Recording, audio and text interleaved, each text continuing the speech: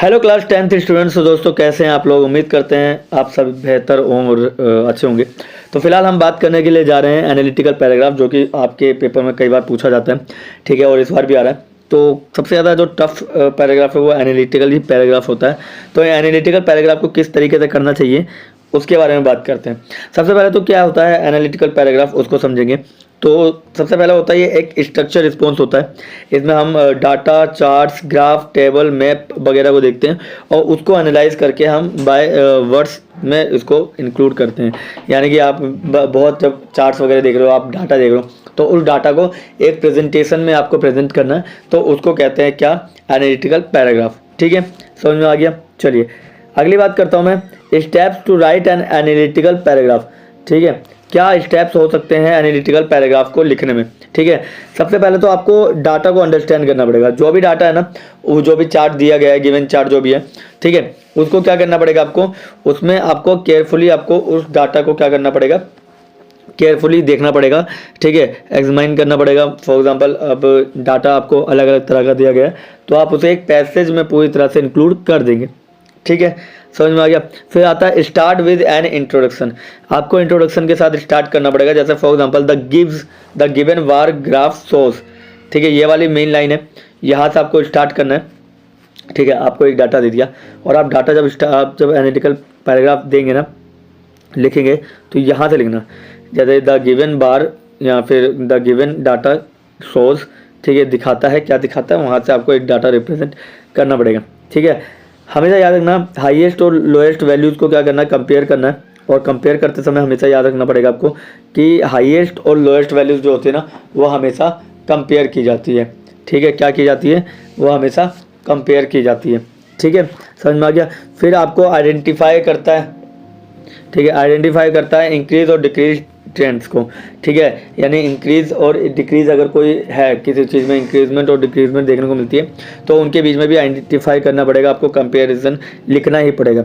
और अप्रोप्रिएट चीज़ों को लिखना पड़ता है, जैसे परसेंटेज दी गई होगी, नंबर दिया होगा, कंपैरिजन दिया गया होगा, ये सब कुछ आपको खुद करना। अभी मैं नीचे आपको बताऊँगा, अभी मैं आपको दूंगा ना एक एग्जाम्पल, तो आपको ज़्यादा बेहतर समझ में आ जाएगा। फिलहाल आपको ये पॉइंट्स क्लियर करने पड़ेंगे। ठीक है, फिर आता है एनालाइज द इम्प्लीकेशन। ठीक है, फिर आपको एनालाइज करना है, इम्प्लीकेट करना है। इम्प्लीकेट मतलब होता है कि जो भी ट्रेंड सेट किया गया है, उस ट्रेंड पे आप काम कर रहे हैं नहीं कर रहे हैं। ठीक है, बाद में वो समराइज कर देना। मेन फाइंडिंग हाइडिंग जो है, मतलब जो भी मेन जो टॉपिक्स वगैरह होगा, टाइटल वगैरह होगा, उस पर फोकस कर सकते हैं। एक दो सेंटेंसेस उस पर बना सकते हैं आप, ठीक है, अपने पास से, और इस तरीके से आप एक पैराग्राफ लिख सकते हैं। अब चलिए नीचे देखते हैं। नीचे हमारे पास है एग्जाम्पल में, यहाँ पे गिवन डाटा दे रखा है। यहाँ पे mode of transport used by the students to reach school, यानी स्कूल जाते हुए बच्चों का जो ट्रांसपोर्ट यूज जो करते हैं वो दिखा रखा है, कितना कितना करते हैं। वॉकिंग जो है वो 30% पीपल करते हैं, यानी कि जो स्टूडेंट्स हैं वो 30% स्टूडेंट रहते हैं जो पैदल जाते हैं। 25% बाईसाइकिल का यूज़ करते हैं, यानी बाईसाइकिल का। 20% स्कूल बसेस का यूज़ करते हैं। प्राइवेट व्हीकल जिनके पर्सनल पापा वगैरह का होगा वो 15% और 10% पब्लिक ट्रांसपोर्ट, चाहे जो भी आपके सामने लाइक ये स्कूल बसेस वगैरह, मतलब जो बाहर की बसेस वगैरह चल रही हैं, ठीक है, DTC वगैरह, उसमें 10% लोग क्या है, 10% बच्चे उसका यूज़ करते हैं। ये आपको डाटा दे दिया। अब वो बोलता है कि आपको इसको एनालाइज करके एक प्रॉपर पैराग्राफ लिखना है। तो आप देखिए आंसर कैसे लिखेंगे। लिखा हुआ है the given bar graph illustrates that. ठीक है, द यानी कि वो दिखाता है, इलुस्ट्रेशन मतलब भी होता है दिखाता है, different modes of transport used bye students, यानी कि अलग अलग मोड्स दिखा रहा है, वो भी स्टूडेंट्स के द्वारा जो भी यूज़ किए गए हैं। ठीक है, टू रीच स्कूल, स्कूल जाने के लिए। Most common mode is walking. ठीक है, सबसे कॉमन जो था वो वॉकिंग है, जो कि 30% है।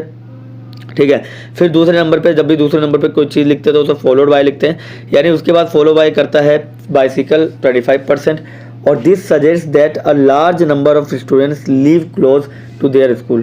ठीक है, और ये बताता है कि किस तरीके से ज़्यादातर लोग जो है, ज़्यादातर बच्चे जो है वो स्कूल के पास रहते हैं, बहुत करीब है। School buses are use by 20% of students. ठीक है, स्कूल की जो बसेज हैं उसको 20% ऑफ स्टूडेंट्स यूज़ करते हैं, इंडिकेट करते हैं स्कूल द्वारा। ठीक है, स्कूल प्रोवाइड ट्रांसपोर्ट सर्विस, और फिर क्या करता है, स्कूल प्रोवाइड करता है ट्रांसपोर्ट की सर्विस भी। ठीक है। प्राइवेट व्हीकल ठीक है सर्विस करता है, फिर भी प्राइवेट व्हीकल जो है वो 15% है, जो कि बहुत कम देखने को मिल रहा है। पॉसिबली क्या है कि ये ज़्यादा कन्वीनियंस और ज़्यादा कॉस्टली होगा शायद इसीलिए, ठीक है। The least preferred option is public transport. सिर्फ 10% लोग ही जो है जो पब्लिक ट्रांसपोर्ट को क्या कर रहे हैं वो प्रीफर कर रहे हैं, ठीक है। Which may be due to irregular schedule, शायद इसलिए क्योंकि वो सही समय पे बसों का इंतजार करते हो और शायद बस इस समय पे नहीं मिलती होगी जिस समय पे होना चाहिए, तो इसलिए इरेगुलर शेड्यूल के कारण क्या कर रहा है बसों का यूज़ नहीं कर पा रहे बच्चे। और इनकन्वीनियंस शायद उस समय पे बस वहाँ पे प्रेजेंट नहीं होती होगी, ठीक है। Overall the data shows that student prefer affordable and accessible transport option, यानी कि सारा का सारा डाटा दिखाता है कि किस तरीके से वो प्रेफर कर रहा है अफोर्डेबल एंड एक्सेसिबल ट्रांसपोर्ट, यानी कि जो अफोर्ड कर सकते हैं और जिसका एक्सेस उनके पास है, उस तरह के ट्रांसपोर्ट के बारे में यहाँ पे बात की जा रही है, ठीक है। लाइक वॉकिंग एंड साइकिल, सबसे ज़्यादा यूज़ हो रहा है वॉकिंग एंड साइकिल का, ठीक है। समझ में आ गया। चलिए अब की टिप्स क्या है राइटिंग, जब भी आप एनालिटिकल पैराग्राफ लिखते हैं तो उसके की टिप्स क्या हैं, ठीक, की फीचर्स क्या हैं। तो पहले तो है फॉर्मल एंड प्रिसाइज लैंग्वेज। आपकी जो लैंग्वेज है वो फॉर्मल रहेगी, यानी औपचारिक और छोटी रहेगी, ठीक है। फिर वर्ड लिमिट के बारे में बात की है, 100 से 120 वर्ड रहेंगे, यानी 100 से 120 वर्ड के बीच में बात की जा रही है। Do not add personal opinion, अपने पर्सनल ओपिनियन दिखाने की बिल्कुल भी ज़रूरत नहीं है। यूज़ वर्ड्स, कुछ यूज़ भी कर सकते हो वर्ड्स का, जैसे ये दिखाता है, ये इंडिकेट करता है, ये रिवील्स करता है, ये सजेस्ट करता है, ठीक है। और ठीक है, और ये आई थिंक का यूज़ मत करना कहीं कि मैं ऐसा सोचती हूँ, तुम्हारे सोचने से कुछ नहीं होगा, तुम्हारे सोचने से कुछ नहीं होगा, ठीक है। कंपेरिजन, फिर आता है कंपैरिजन भी कर सकते हो आप, एक का दूसरे के साथ कंपैरिजन भी कर सकते हो, ठीक है। समझ में आ गया। अनदर एग्जांपल अगर आपको चाहिए तो आप मुझसे पूछ लीजिएगा, अगर आपको इससे समझ में आ गया तो ठीक है, नहीं समझ में आया अगर आपको दूसरा चाहिए तो एनालिटिकल पैराग्राफ पे मैं दूसरा भी क्वेश्चन आंसर ले आऊँगा, ठीक है। देखो ऐसे करके होता है, जैसे ये ऊपर ग्राफ दे दिया और उस नीचे आपने यहाँ पे अपने तरीके से आंसर लिख दिया, ठीक है। समझ में आ गया। चलो बाकी अगर किसी को ये PDF चाहिए तो आप लोगों को पता ही है क्या करना है, ठीक है।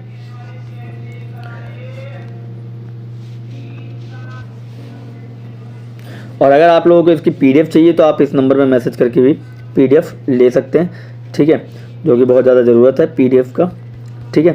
समझ में आ गया। चलो तो आज के लिए बस इतना ही, ज़्यादा बड़ा टॉपिक नहीं था, एनालिटिकल पैराग्राफ समझाना तो वो मैंने समझा दिया। अगली वीडियो हम देखते हैं कि क्या होगी, और बाकी टाइम रहेगा तो मैं आपको 2-4 चीज़ें और एक्स्ट्रा करा दूँगा। फिलहाल तो आपको इतने में ही सेटिस्फाई होना पड़ेगा, ठीक है। तो आज के लिए बस इतना ही, मिलते हैं किसी और वीडियो में, तब तक के लिए थैंक यू और धन्यवाद।